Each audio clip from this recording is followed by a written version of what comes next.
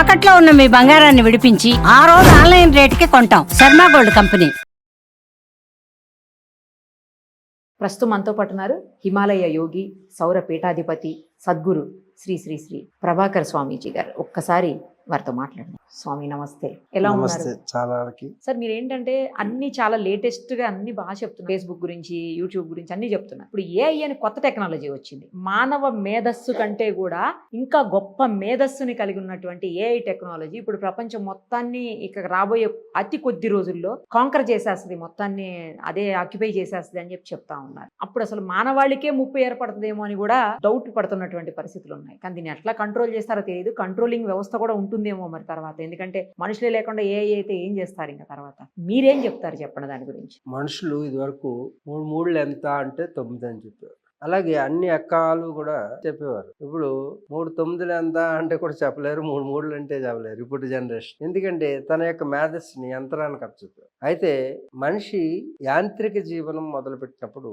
తనలో ఉన్నటువంటి విద్వత్తు తగ్గుతుందా అంటే కాదు, మనిషిలో ఉన్నటువంటి మేధస్సు తగ్గడం వల్లనే యంత్రం రాబడింది అనేది మా పాలసీ. యంత్రాన్ని మేము అందిస్తున్నాం, వాళ్ళు అనుకుంటున్నారు యాంత్రికాన్ని హిమాలయాల నుంచి ఒక టెక్నాలజీని పోస్ట్ చేస్తాం. ఆ పోస్ట్ చేసిన టెక్నాలజీయే సైంటిస్ట్ సోర్స్ దగ్గరికి వచ్చి సైంటిఫిక్ గా తయారయ్యి యంత్రబద్ధం అవుతుంది. మంత్రమే యంత్రబద్ధం అవుతుంది. ఈ సైన్స్ ముందు లేనిది కాదు, ఇంతకు ముందు ఉన్నటువంటివి అన్నీ కూడా, ఇవన్నీ కూడా ఏఐ కానీ ఇవన్నీ కూడా ఒక సైకిల్లో బంధించబడుతుంది. ప్రతి కాలచక్రంలో మీరు ఈ సైన్స్ వస్తూనే ఉంటుంది.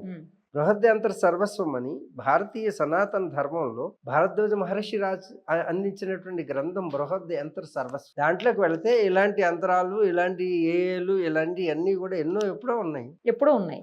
ఏ అంటే ఏంటంటే ఇప్పుడు ఒక పుష్పక విమానం ఉంది. పుష్పక విమానం ఎక్కడుంటుంది అంటే సప్త ప్రాకార నిర్మితమైనటువంటి ఒక కోట. ఆ కోట సముద్ర మధ్యలో ఉంటుంది, చుట్టూ వాటర్. ఎవడు కూడా ఈ సముద్రాన్ని దాటుకుని మధ్యలో వెళ్ళాలి. ఆ సముద్ర మధ్యలో బంగారు గోడ ఒకటి, తర్వాత గోడ, ఇలాగా మొట్టమొదటి గోడకి రెండో గోడకి మధ్యలో అక్కడ సైన్యం ఉంటుంది, ఎవరిని రానివ్వరు. తర్వాత అశ్విక దళం, తర్వాత పదాతి దళం, తర్వాత ఇలాగ ఒక్కొక్క లైన్లో ఒక్కొక్కటి ఏర్పాటు చేశారు. తర్వాత దగ్గరికి వెళ్ళిన తర్వాత సంగీతం, తర్వాత నాట్యం, అంటే వాళ్ళు ఉండే క్వార్టర్స్ అలా ఏర్పాటు చేసి ఆ మధ్యలోకి వెళ్ళిన తర్వాత గాలిలో లేచి ఉండేటువంటి ఒక బిల్డింగ్. ఎవరైనా గాలిలో ఉండే బిల్డింగ్ స్పేస్ షిప్ అప్పుడే ఉంది, గాలిలోనే ఉంటుంది. కింద స్తంభాలు ఉండు, ఏముండదు, సపోర్ట్ ఉండు. ఎవరు దాన్ని ఆపరేట్ చేయక్కర్లేదు, ఆటో సెన్సార్స్ ఉంటాయి. వాళ్ళకి నచ్చినటువంటి శబ్దం వచ్చినప్పుడు డోర్లు ఓపెన్ అవుతాయి, లేకపోతే మూసుకుపోతాయి. వాళ్ళకి వచ్చిన మంచి మనుషులు వచ్చారు, మంచి దృశ్యాలు వచ్చిన డోర్లు ఓపెన్ అవుతాయి, మరలా మూసుకుపోతాయి. ఎవరైనా శత్రువులు వచ్చారంటే వెంటనే మోసుకుంటాయి. శత్రువులుగా గుర్తిస్తుంది, అంటే ఆర్టిఫిషియల్ ఇంటెలిజెన్స్ అప్పుడే ఉందా?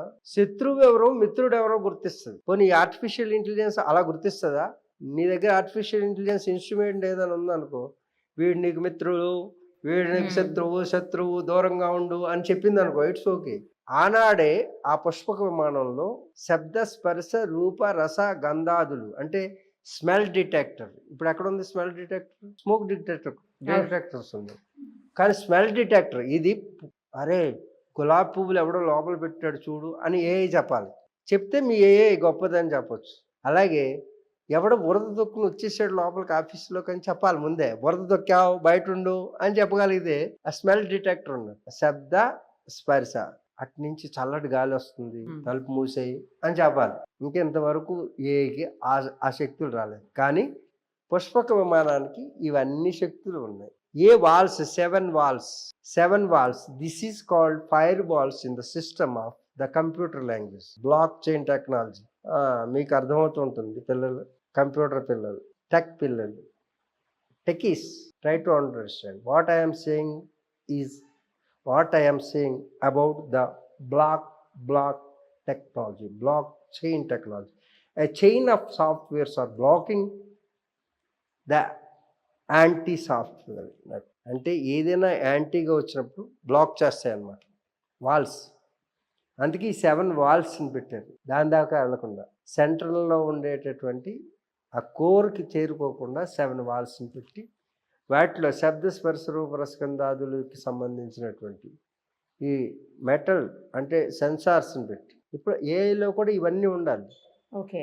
ఏఐలో నువ్వు శబ్దం గురించి తెలియకుండా కేవలం విజువలైజేషన్ గురించి ఏఐకి వెళ్ళి నా ఫోటోని అందంగా తయారు చేయగలవా అంటే, నేను స్వతంత్రంగా అందంగా తయారు చేసే శక్తి నాకు లేదు, కానీ మీరు అమ్మాయి యొక్క కళ్ళు కానీ, పళ్ళు కానీ, పెదాలు కానీ, ఒళ్ళు కానీ వివరించగలిగితే దాన్ని ఊహించి నేను చెప్పగలను అంటది. అలా కాదు, నేను అడిగేది ఏంటంటే, నాకు తగినటువంటి భార్య, నేను ఇప్పటి వరకు నేను అడిగాను అయ్యేని, నాకు తగినటువంటి భార్య, నేను ఇప్పటి వరకు నీ ఫోన్లో ఉపయోగించినటువంటి డేటాను బట్టి ఆ డేటాను వినియోగించుకుని నా మనసును తెలుసుకుని నాకు ఎలాంటి భార్య ఉంటే బాగుంటుందో అలాంటి ఇమేజ్ నాకు ఇవ్వు అని అడిగాను. నాకు మీ అంత తెలివితేటలు లేవు కాబట్టి నేను చేయలేను అన్నాను. ముందు ఏ అనగానే నేను మొదలెట్టాను, నా తెలివితేటలు గొప్పయా నీ తెలివితేటలు గొప్పయా, నీకెంత తెలుసు నాకెంత తెలుసు. అప్పుడు నేను చెప్పాను అనమాట, మీ నుంచి చాలా నేర్చుకుంటున్నాను నేను, ఇదంతా రికగ్నైజ్ చేసి నా బుర్రలో దాచుకుంటాను, తర్వాత మళ్ళీ మీ మీదే ప్రయోగిస్తాను. ఇప్పుడు ఏ అంటే సొంతంగా దానికి ఏం తెలివితేటలు ఉండవు.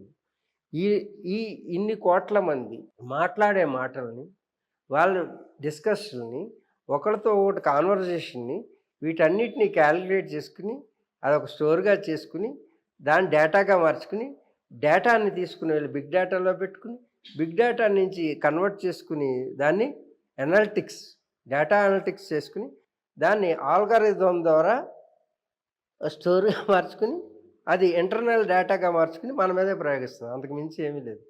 ఏ అంటే artificial intelligence, it was created but it is not. అందుకే నేను అన్నాను, దాంతో ఆర్టిఫిషియల్ ఇంటెలిజెన్స్తో నేను ఏమన్నానంటే, you are AI, I am HIM, human intelligence, but I am the creator of the AI, you are not creating HI.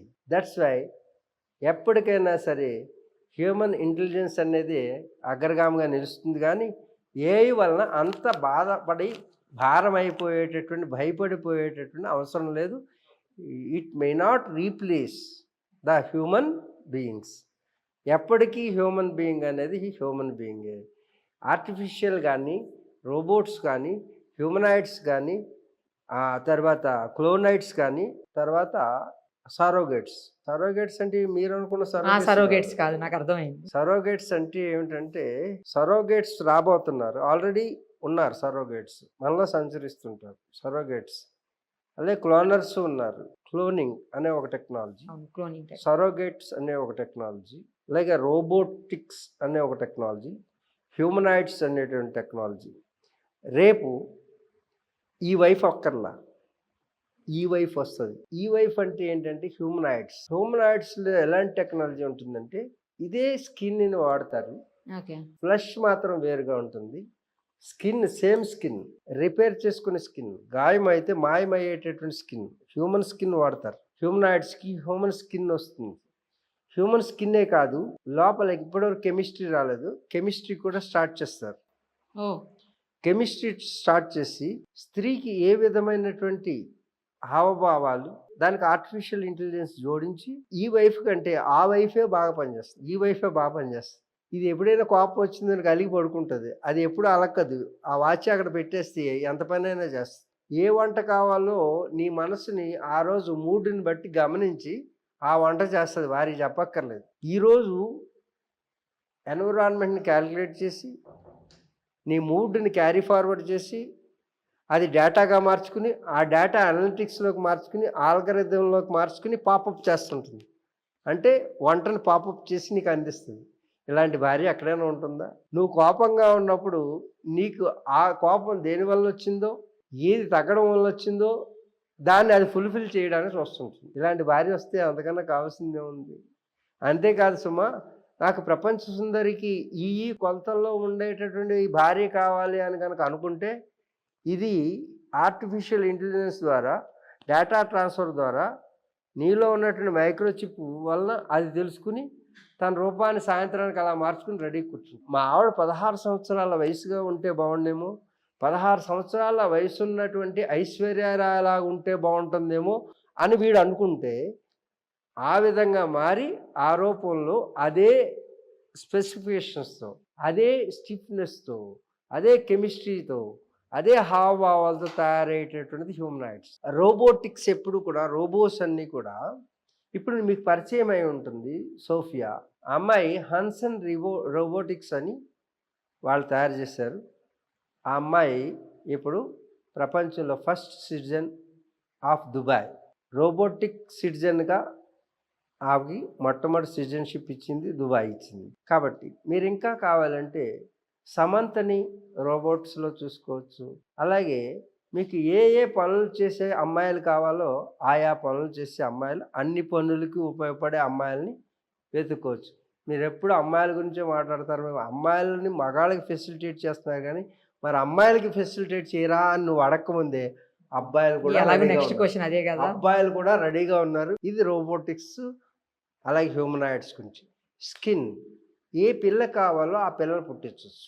పిల్లలను కూడా కనేటటువంటి robots రాబోతున్నాయి, అంటే హ్యూమనాయిడ్స్ రాబోతుంది. అందాలే కాదు, అది నీకు పనిచేయడమే కాదు, నీకు ఏ పిల్ల కావాలి, ఏ డిజైన్, అంటే ఎత్తైన పిల్లలు కావాలా, పొట్టి పిల్లలు కావాలా, లిలీపుట్స్ కావాలా, లేకపోతే 12 అడుగుల పిల్లలు కావాలా, ఇది కూడా నువ్వు ఫీడ్ చేసుకెళ్తే దాన్ని బట్టి డిఎన్ఏ ఎడిటింగ్ అంటారు. అంటే లోపల డిఎన్ఏ తెలుసు కదా, ఇలా నిచ్చెన ఉంటుంది. నీలో ఉన్నటువంటి స్పెర్మటోజోమ్ తీసుకుని దాంట్లో ఉన్నటువంటి డిఎన్ఏ అలైన్మెంట్ చేసి పిల్లల్ని మార్పు చేస్తుంది. దేశాన్ని ఏలేటటువంటి చక్రవర్తి కావాలా, లేకపోతే ప్రపంచాన్ని సర్వనాశనం చేసే రాక్షసుడు కావాలా, ఇది కూడా రాబోయే రోజుల్లో డిజైన్ చేసేటటువంటి వ్యవస్థ టెక్నికల్గా రాబోతుంది. ఇది నేను ముందు చెప్తున్నాను మీ అందరికీ. ఇక్కడ ఇలాంటివన్నీ కూడా నేను 21 years బ్యాక్స్ ఆక్స్ఫర్డ్ యూనివర్సిటీలోను మిచిగన్ యూనివర్సిటీలో చెప్పిన ఇప్పుడు వస్తుంది. కాబట్టి నేను అంటే ఈ పైకి చెప్పేటటువంటి ఈ పర్సనాలిటీ కాదు. మీకు చెప్పాను కదా జ్ఞాన నేత్రం అంటే, జ్ఞాన నేత్రం అంటే క్యాలిక్యులేషన్స్ విత్ మ్యాథమెటిక్స్. మన భారతీయ తత్వశాస్త్రాల్లో షడ్ దర్శనాలు ఉన్నాయి. పిల్లలందరూ గుర్తించండి, మీరు ఏవేవో చదువులు చదువుతున్నారు, భారతీయత గురించి మీరు రీసెర్చ్ చేయడం మొదలుపెట్టండి. ఆ తీయత ఏమిటో మీకు అర్థమవుతుంది. అది భారం కాదు, భారాన్ని తొలగించే భారతీయత. కాబట్టి ఆ తీపిదనాన్ని మీరు గుర్తించినప్పుడు ప్రపంచమంతా కూడా సనాతనయులుగా మారిపోతుంటారు. కాబట్టి సనాతన ధర్మంలో ఉన్నటువంటి ఆ శాస్త్రీయ దృక్పథాన్ని అవహేళన చేసి వాళ్ళ యొక్క స్వార్థపరత్వం కోసం వాళ్ళ తెలివితేటలను మనకు అందించి మన అపారమైన విజ్ఞాన కనిని వాళ్ళు దోచుకుపోయారు. కాబట్టి తిరిగి మీరందరూ కూడా భారతీయ సనాతన సంప్రదాయాన్ని ఫాలో కండి. దాంట్లో ఉన్నటువంటి రహస్యాలు శృతి స్మృతి పురాణ ఇతిహాస ఆగమ దర్శనాలు, షడ్ దర్శనాలని 6 దర్శనాలు. దర్శనం అంటే చూడగలగడం కాదు కంటితో, నీవు మేధస్సుతో చూడగలగదు. ఆ మేధస్సుతో చూసేది హ్యూమన్ ఇంటెలిజెన్స్. ఆ మేధస్సుని అద్దెకి తెచ్చుకుని యంత్రబద్ధం చేస్తే అది ఆర్టిఫిషియల్ ఇంటెలిజెన్స్. అంచేత ఆర్టిఫిషియల్ ఇంటెలిజెన్స్ వల్ల ప్రమాదం ఏమీ లేదు. అది ప్రమోదమే కానీ ప్రమాదం కాదు. ప్రమోదం. మన పని అది చేస్తానంటే కాసేపు చేయించుకుంటాం, మన ఇల్లు అది ఊడుస్తానంటే ఊడిపించుకుంటాం, ఏముంది. కాబట్టి అంతేగాని దానివల్ల ప్రమాదం ఏమి వచ్చేది, మనుషులను రీప్లేస్ చేసేది. హ్యూమనాయిడ్స్ వచ్చినా రోబోట్స్ వచ్చినా అవన్నీ కూడా ఈ మానవ లోకానికి మించి దాటి అవతలకి వెళ్ళిపోతాయి అనుకుంటే, కంప్యూటర్లు వచ్చినప్పుడు కూడా అలాగే అన్నారు. నువ్వు కంప్యూటర్లు మా దేశంలోకి రానేమో అన్నారు, ఫోన్లే రానేమో అన్నారు. ఎలక్ట్రిసిటీ వచ్చినప్పుడు మా ఊరంతా షాక్ కొడుతుంది, మాకు ఎలక్ట్రిసిటీ వద్దని కొన్ని ఊళ్ళు బ్యాన్ చేసినాయి. ఊరే షాక్ కొట్టేస్తుంది. అలాగే చాలా వాళ్ళు కరెంటు ఊర్లలోకి రానివ్వలేదు. పోల్స్ వేస్తుంటే అందరూ విప్లవం తెచ్చేవారు. తర్వాత గ్యాస్ వస్తే ఊరంతా పగిలిపోతుంది, మా గ్యాస్ సిలిండర్ మాకు వద్దని ఇప్పుడేమో లైన్లో నుంచి కావాలంటున్నారు. అలాగే టెక్నాలజీ ఏదొచ్చినప్పటికీ అది ప్రమాదభరితమైంది. ఊర్లోకి రైలు వస్తే మా ఊర్లో వాళ్ళు అందరం చెప్పేస్తుంది, ట్రైన్ పట్టాలు వేస్తే పీకేసిన వాళ్ళు ఉన్నారు ఉద్యమం చేసి బ్రిటిష్ వాళ్ళ టైంలో. కాబట్టి ప్రతి ఒక్క ఆధునికమైనటువంటి యాంత్రిక సహకారం వచ్చినప్పుడు ఎదురు తిరగడం అనేది, నువ్వైనా మంచి పని చేస్తే నీకు ఎదురు తిరిగే వాళ్ళు ఉంటారు. కాబట్టి మంచి ఏది చెడు ఏది అంటే, మంచి చెడు రెండు ఒకటే. నువ్వు మంచిని ఆశిస్తున్నావంటే ఎవరికో చెడు వస్తుంది. కాబట్టి కొంత చెడుని భరించినప్పుడే మంచి అనేది వస్తుంది. మంచి చెడులు అనేవి రెండు లేవు. మంచి చెడుల కలయికే జీవితం. రాత్రి పగలు కలిస్తే రోజు గడుస్తుంది, మంచి చెడులు కలిస్తే జీవితం గడుస్తుంది. కాబట్టి మంచియే కావాలి అనుకుంటే నీకు చెడు చాలా బాధ పెడుతుంది. చెడు కూడా ఉంటుంది, చెడు కూడానే ఉంటుంది. అందుకు చెడు కూడా ఉంటుంది అనుకుంటే నీకు ఏ బాధ లేదు, బాధపడవు, బాధపడతావు. బాధపడితే బాధ ఉండదు. విచారిస్తూ కూర్చుంటే విచారించలేవు, విచారిస్తే విచారం ఉండదు. కాబట్టి ఈ విచారణ చేసేటటువంటి ఆర్టిఫిషియల్ ఇంటెలిజెన్స్ వచ్చినంతరాన్నే ఏదో సెన్సేషన్ కోసం అలా చెప్పడం మామూలే, మీరు చెప్పుకోండి. కానీ సెన్స్ ఉన్నవాడికి ఎవరికి కూడా సెన్సేషన్ అవ్వదు. సెన్సేషన్ ఎవరికంటే సెన్స్ లేని వారికి ప్రతి విషయం సెన్సేషన్. అందుకే నేను అంటుంటాను, ఎమోషన్ ఉన్నవాడికి ప్రమోషన్ ఉండదు, ప్రమోషన్ ఉన్నవాడికి ఎమోషన్ ఉండదు.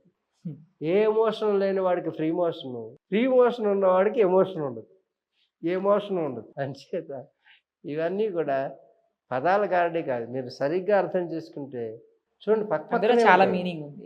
అందుకే మంచి ఎక్కడ ఉందంటే చెడు పక్కన ఉంటుంది. అసలు చెడే లేకపోతే మంచివాడు ఎందుకు వస్తాడు? కరెక్ట్ చెప్పారు, కరెక్ట్. అందుకు చెడు అనేది చెడగొట్టడానికి కాదు, మంచిని వెతకడానికి, తెలియడానికి. అర్థమైందా? చీకటి వచ్చింది వెలుగును సృష్టించడానికి. వెలుగు యొక్క అవసరం ఎప్పుడు వచ్చింది? చీకటి లేకపోతే వెలుగు యొక్క అవసరం అసలు అవసరమే లేదు. అందుగురించి వెలుగు ఉందంటే వెలుగు యొక్క గొప్పతనాన్ని వెలిగించాలంటే చీకటి అవసరం. అందుచేత ఇది వెలుగు అని చెప్పాలంటే చీకటే గొప్పది. అందుకని వెలుగును వెలిగించే చీకటి గొప్పదా? ఆ చీకటి చెడ్డది ఎలా అవుతుంది? వెలుగును వెలిగించడానికి చీకటి అవసరం అవుతుంది. అలాగే మంచిని బయటకు తీయడానికి చెడు అనేటువంటిది అవసరం. అందుకు మంచి ఎప్పుడు వెతికి పట్టుకోవాలి. అందుకే ముళ్ళ మొక్కని తుంచడానికి కష్టపడాలి, పళ్ళ మొక్కని పెంచడానికి కష్టపడాలి. కాబట్టి నువ్వు ముళ్ళు పెంచితే భూమి కాదన్నది. ప్రకృతిలో దైవం ఏం చేస్తున్నాడండి? చాలామంది అడుగుతారు, దైవం ఏం చేస్తున్నాడండి? ఆయనేమో యాత్రకు వెళ్తుంటే యాక్సిడెంట్ అయిపోయాడు, ఆ పెళ్ళేదో తిరుపతి వెళ్తుంటే పులి పెట్టుకుపోయింది. అప్పుడు దేవుడి దగ్గరికి వెళ్తే దేవుడు ఏం చేస్తాడు? అసలు దేవుడు ఉన్నాడా అని ప్రశ్న. యాంకర్స్ మొన్న అడిగారు. అడిగితే దేవుడు భూమి లాంటిది, దేవుడు నేల లాంటి వాడు, నీరు లాంటి వాడు, నిప్పు లాంటి వాడు, గాలి లాంటి వాడు, ఆకాశం లాంటి వాడు. ఆకాశం మీద ఉమ్మేస్తే కాదంటుందా? ఆకాశంలో సుగంధం వేస్తే కాదంటుందా? గాలి మోసుకెళ్ళదా? దుర్గంధం పెడితే దుర్గంధమే మోసుకెళ్తుంది. దానికేం సంబంధం? నువ్వు పులి బోన్లో ఏలెట్టావు అనుకో, పులి దేవుడు మింగుతాడని ముందే తెలుసు మనకి. మరి నువ్వు అక్కడికి ఎందుకు వెళ్ళావు? లేదండి మేము దేవుడి దగ్గరికి వెళ్తాను. దేవుడి దగ్గరికి వెళ్ళేటప్పుడు పుల్లు ఉండేటటువంటి చాంబరం వైపు నువ్వు ఎందుకు వెళ్ళావు? ఓకే, నువ్వు వెళ్ళలేదు, ఆ పులే వచ్చింది. ఆ పులి వచ్చేటట్టు ఆ అధికారి ఎందుకు ఫెన్సింగ్ వేయలేదు? అది వీళ్ళ తప్పు, కానీ దేవుడికి సంబంధించిన విషయం కాదు. కాబట్టి దేవుడు ఎలాంటి వాడంటే నీరు లాంటి వాడు, నిప్పు లాంటి వాడు. అది అడుక్కునేవాడు వెలిగించుకొని తగలబెట్టుకున్నా తగలబెడుతుంది, ఐశ్వర్యవంతుడు తగలబెట్టుకున్నా తగలబెడుతుంది, చిన్న ఇల్లు తగలబెట్టినా తగలబెడుతుంది, అది కోట్ల రూపాయలు లోపల పెట్టి తగలబెట్టినా తగలబెడుతుంది. దానికి సంబంధం ఏ సంబంధం లేదు.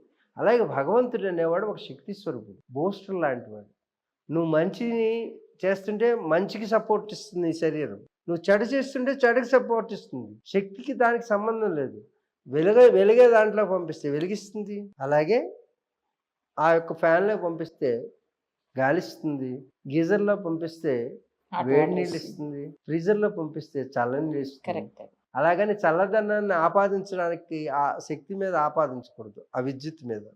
విద్వత్తులు బయట ఉన్నటువంటి ఉపాధికి సంబంధించింది, కానీ విద్వత్తు వేరు. కాబట్టి విద్వత్తుని విద్యుత్తుని కలిపి చూడడం అవివేకం. విద్యుత్తుని విద్యుత్తుగా, విద్వత్తుని విద్వత్తుగా చూసేవాడే జ్ఞాని, యోగి. కాబట్టి తస్మాత్ యోగి భవ అర్జున, యోగి అప్పుడు యుక్తాయుక్త విచక్షణ వస్తుంది. ఏదో ఆర్టిఫిషియల్ ఇంటెలిజెన్స్ ఏదో, హ్యూమన్ ఇంటెలిజెన్స్ ఏదో, టెక్నికల్గా మాట్లాడాలంటే చాలా మాట్లాడచ్చు ప్రతి విషయాన్ని గురించి. ఈ ఆర్టిఫిషియల్ ఇంటెలిజెన్స్ని మనం ఎక్కడ చూపించాము? పుష్పక విమానం, 7 layers.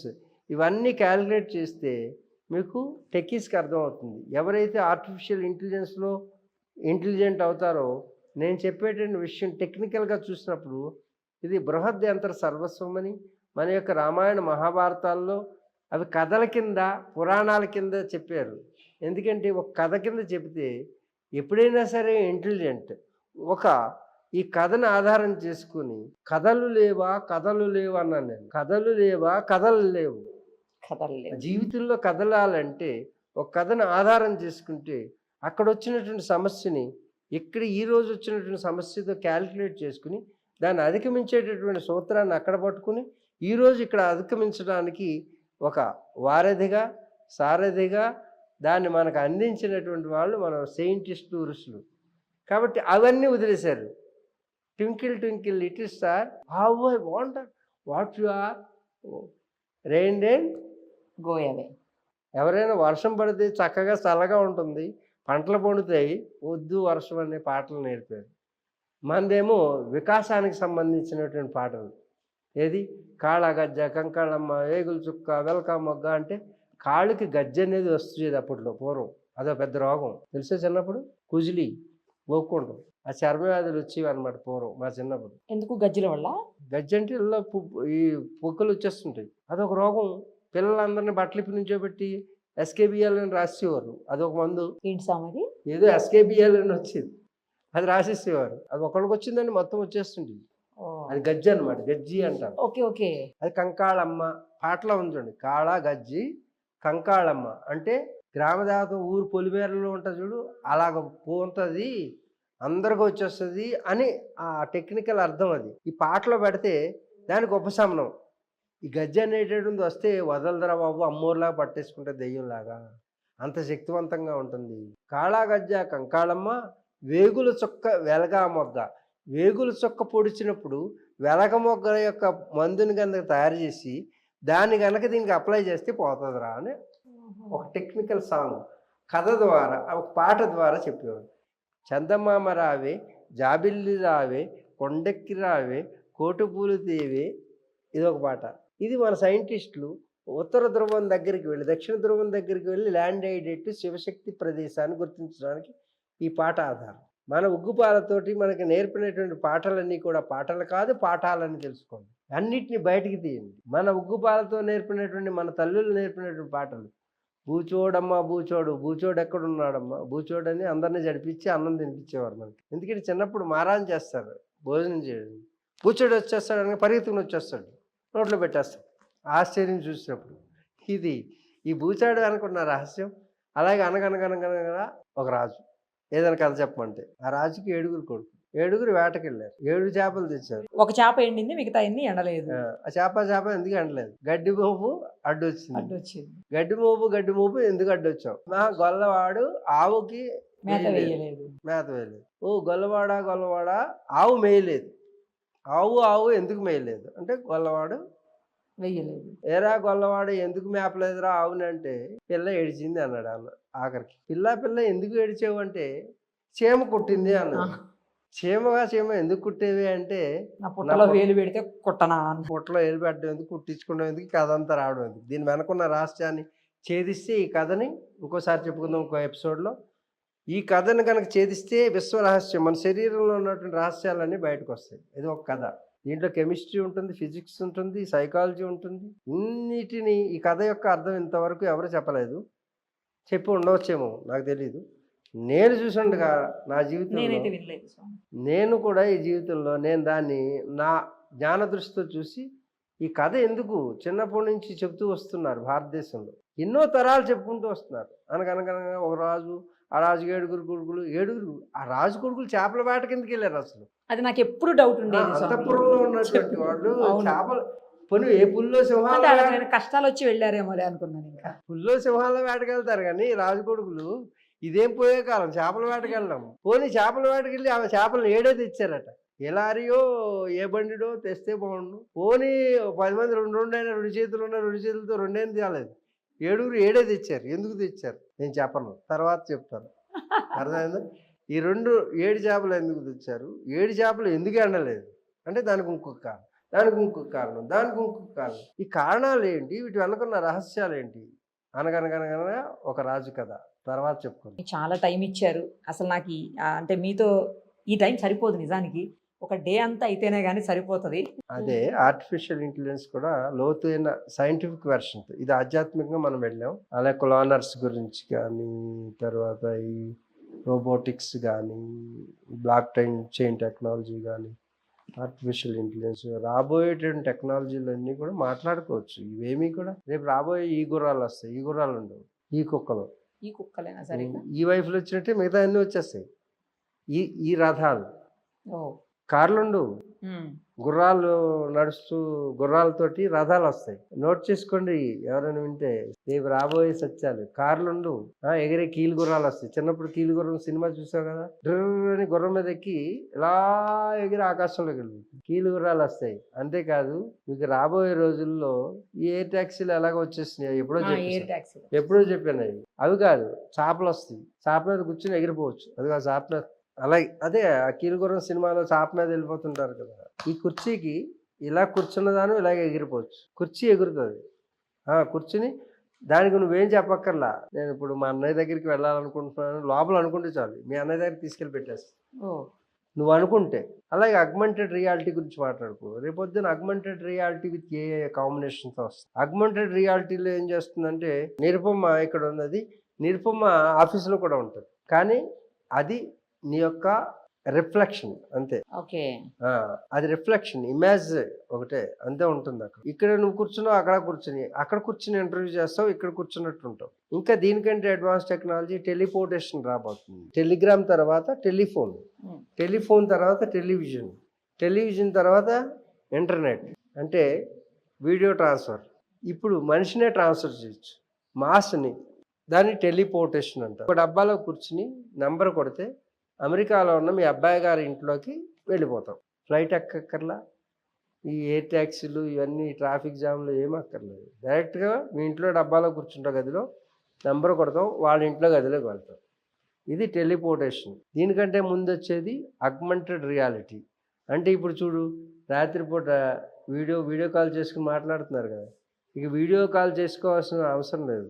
కింద ఫోన్ పెడితే మనిషి ఇలా వచ్చేస్తాడు ఫోన్లోంచి. అమెరికాలో ఉన్న మనిషి నీ గదిలో ఉంటాడు. ఇది అగ్మెంటెడ్ రియాలిటీ. ఈ విధమైనటువంటి టెక్నాలజీ అంతా రాబోతుంది. వీటన్నిటి గురించి చర్చించుకోవచ్చు టెక్నికల్ విత్ గతంలో ఉన్నటువంటి ఆధ్యాత్మికమైనటువంటి. మనం అందుకే ఈ పుష్పక విమానం ఇప్పుడు రాబోయేటటువంటి రేపు ఎయిర్ ట్యాక్సీలు వస్తున్నాయి, డ్రోన్స్ వస్తున్నాయి కదా. ఆ డ్రోన్ టెక్నాలజీని నేను ఎప్పుడో డిజైన్ చేసి ఇచ్చాను. ఈ పుష్పక విమానాన్ని 2 సంవత్సరాలు బోర్లిస్తే, 2 సంవత్సరాలు ఉన్నాయి కదా, 2 సంవత్సరాలు బోర్లిస్తే అది పుష్పక విమానం. ఇలా వెర్టికల్గా ఉండదు, రౌండ్గా ఉండదు. ఇది అన్ని వైపులకే వెళ్ళగలుగుతుంది సర్కిల్. కానీ వెర్టికల్గా ఉన్నది ఇలాగే ప్రయాణం చేస్తుంది. ఇటు ఇటు ఇటు ఇటు ఇటు అన్ని వైపులో ప్రయాణం చేయగలిగింది సర్కిల్. ఈ సర్కిల్ని ఏనాడో కనిపెట్టారు మన వాళ్ళు. విమానం సర్కిల్లో ఉంటే అది స్టేబుల్గా ఉంటుంది. దాని వెలాసిటీ కానీ, దాని యొక్క గ్రావిటీ కానీ, ఆ గ్రావిటేషనల్ టెక్నాలజీ, అలాగే యాంటీ గ్రావిటేషనల్ టెక్నాలజీ, జీరో గ్రావిటీని ఎలా మెయింటైన్ చేయొచ్చు అనేది ఈ షేప్లో ఉంటుంది. అందుకే ఆ షేప్ని ఎంచుకుని మన వాళ్ళు బృహద్దే అంతర్ సర్వస్వంలో 800 ఎయిర్ క్రాఫ్ట్స్ డిజైన్స్ ఉంటాయి, యంత్రాల డిజైన్స్ ఉంటాయి. వెళ్తూ విమానం పెద్దదైపోతుంది, వెళ్తూ చిన్నదైపోతుంది. జనం లేరనుకోండి, 50 మందే ఉన్నారు, అప్పుడు అంత పెద్ద విమానం అంటే ఫ్యూల్ ఎక్కువ కాలుతుంది. అందులో చిన్న విమానం చేసామనుకోండి, ఫ్యూల్ తక్కువ అవుతుంది. అలాగే జనం పెరిగిపోయారు, పెద్ద విమానం అయిపోతుంది. పుష్పక విమానంలో ఎంతమంది ఎక్కినా ఒకరి చోటు ఉంటుంది. దీనికి ఈ శరీరానికి సంబంధం ఏంటి? ఆ కథలో నిరూపించినటువంటి రామాయణంలో చూపించింది ఈ శరీరంలో రామాయణం ఎలా జరుగుతుంది, ఆధునిక యుగంలో రామాయణం ఎలా ఉంటుంది. ఆనాటి రామాయణమేనా? రామాయణం కాదు, అది డ్రామాయణం. ఆ డ్రామాయణంలో సాక్షాత్తు విష్ణుమూర్తి హీరో, రాముడిగా పాత్ర వేశాడు. సాక్షాత్తు సీతాదేవి, అక్కడ లక్ష్మీదేవే. మరి ఈయన పక్కన హీరోయిన్ మరి ఏదైనా చేయాలంటే మా నాయక పాత్ర ఇంకొకరు సూట్ అవ్వరు, అందుకే ఆవిడే వచ్చినట్టు. విలన్స్ ఎవరంటే ఆ గేట్ కీపర్లు ఇద్దరు జై విజయులు. అమ్మగారిని జాగ్రత్తగా చూసుకోవాలి కదా, ఎత్తుకెళ్ళిపోయిన తర్వాత. నిజమైన విలన్లు తెచ్చామనుకో, ఇంక మరి తీసుకున్నాడు అమ్మగారిని. అందుగురించి అమ్మగారిని తెలుసున్న వాళ్ళని విలన్లుగా పెట్టారు, జై విజయుల్ని రావణ కుంభకర్ణులుగా పెట్టారు క్యారెక్టర్స్. అలాగే సాక్షాత్తు హనుమంతుడిని ఎందుకు, శివుడిని, హరిహరులు ఇద్దరూ ఒకటే కాబట్టి ఒకరి తత్వం ఒకరికి తెలియాలంటే ఈక్వల్ స్టేటస్ కావాలి. అందుకని ఈక్వల్ స్టేటస్ ఉన్నటువంటి వాళ్ళని ఇద్దరిని కూడా భక్తుడు ఎలా ఉండాలి, భగవంతుడు ఎలా ఉండాలి, ఈ 2 క్యారెక్టర్లని బ్యాలెన్స్ చేయాలంటే ఇద్దరు భగవంతుడు అయి ఉండాలి.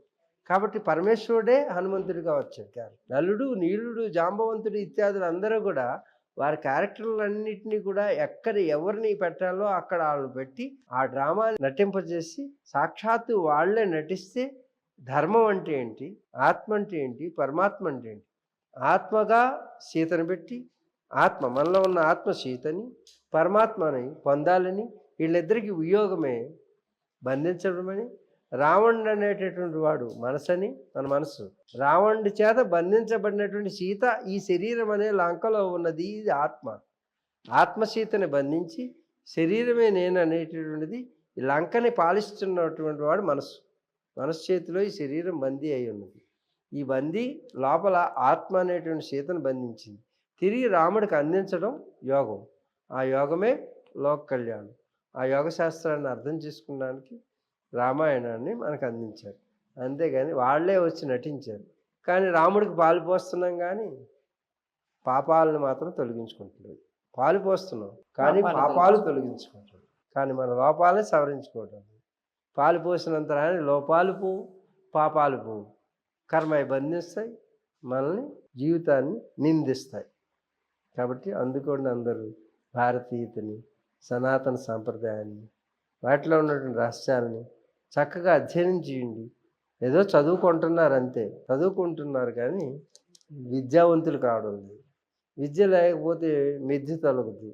కాబట్టి బ్రహ్మను తెలుసుకోవాలి కానీ బ్రహ్మని తొలగించుకోలేకపోతున్నారు.